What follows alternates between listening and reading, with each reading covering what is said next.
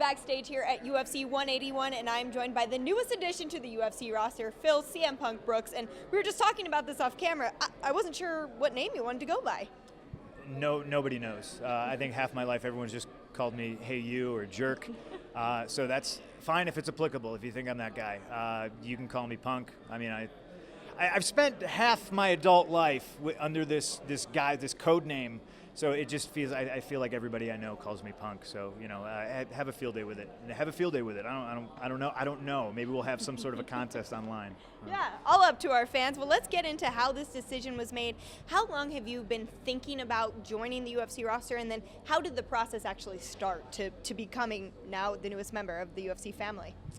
A very long time I've been thinking about this, and it wasn't anything that was spurred on by, Brock doing it. It was, I've been a fan of UFC. I was in on the ground level watching UFC 1 on pay-per-view. I was a huge fan of Pride, and it really just seemed like any MMA I would watch on television. I got a lot of friends who fight. I got a lot of friends who just do jiu-jitsu. I got a lot of friends who kickbox. I don't know where the start of it actually becoming a reality was, but once I was free and clear of my former life, I decided, why not? You only get one chance on this earth, and I figured I was going to go for it because I probably wouldn't be able to look at myself in the mirror if I didn't at least try. I think the true crime would be not trying. Yeah, absolutely. Now, you've got a lot of friends on our UFC roster, people like champion Ronda Rousey. Were you able to reach out and ask her opinion or her advice about this, or did you keep that a secret from almost everyone? Yeah, I kept this pretty close to the vest. The main people in my life, like my wife, my sisters, a couple of select people that knew about this. The only person who was really, really disappointed was Mom. Why is Mom disappointed? Because, you're going to get punched in the face, you're going to get kicked in the liver, I didn't reach out to Ronda. I didn't reach out really to anybody. I don't even think I told Henner until just recently. I wanted to really just not so much worry about what other people's opinions were. And I'm sure they're my friends, and I'm sure they're going to support this, and that's awesome. But conversely, I'm sure there's people out there going to be negative about this, and that's just the way life is. But this is very much about me and showing the world what I know is inside of me, and in a way proving it to myself as well. Yeah, absolutely. Now, you just mentioned Henrik Gracie. You do train with Gracie. You talk about your Kempo experience. How much of that did you focus on in these last few months and thinking about, hey, this is where I need to start preparing for the time inside the octagon? Well, yeah, obviously, I spent a lot of time in LA recently, and I wasn't just training with Henner. I'd call up Josh Barnett, and I didn't clue him in as to exactly why, but I was like, I got to train every day, So it was like, it was wrestling. It was just tons of jiu-jitsu. I'd say that's probably the thing I'm most comfortable with.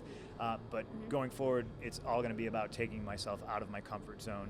Hopefully with people that I am comfortable with, but I am also open to all suggestions, and I want to kick my own ass, and I want to learn, and I want to get good, and I want to feel like I'm ready, and the sooner I do that, the sooner I fight. Yeah, absolutely. Now, you did mention on the pay-per-view broadcast that you weren't sure what camp you would be at, or you haven't announced what camp you would be at yet. So for those who haven't seen the pay-per-view broadcast just yet, can you just explain where your head's at in that situation? Well, the main reason why I never contacted anybody right off the bat to be like, hey, I'm going to fight is, the more people who know about a secret, the less it's a secret. So it wasn't.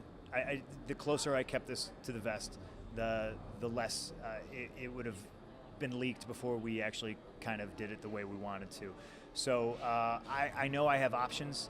I'm friendly with Duke Rufus. He's about a 90-minute drive from my house in Chicago, which is going to probably be a big deciding factor. Sure. I'm recently married. That's a big focus on my life now. Is just kind of and I've been sitting at home for a while and enjoying it. So that might turn out to be where I go, but I got to talk to Duke. I got to talk to Anthony Pettis. I got to talk to Ben Askren. I got to talk to all those guys, and we're going to find out. Obviously, I'm comfortable with Henner, so it's really all up in the air. I might move to LA. I don't know, and that's the exciting thing. Absolutely. The future is not written. Yeah, well, the good news is Anthony Pettis and Duke Rufus happen to be here tonight. They're here. Yeah. Yes, they're here. Good Awesome. news. All right, well, finally, I'm getting wrapped up. Do you have a timetable where you see you making your debut? I don't. I love pressure. I love working under pressure, and obviously this is the most high-pressure situation in the world. The toughest men and women from around the world come to prove how tough they are in the octagon. I'm not going to give out a date. I'm not going to put any kind of unneeded pressure on myself. There's going to be tons already, but I'm just saying 2015. That's really about it. And my training starts as soon as I get this monkey suit off. So tonight at like 9:30 Pacific time, you'll be inside that octagon practicing.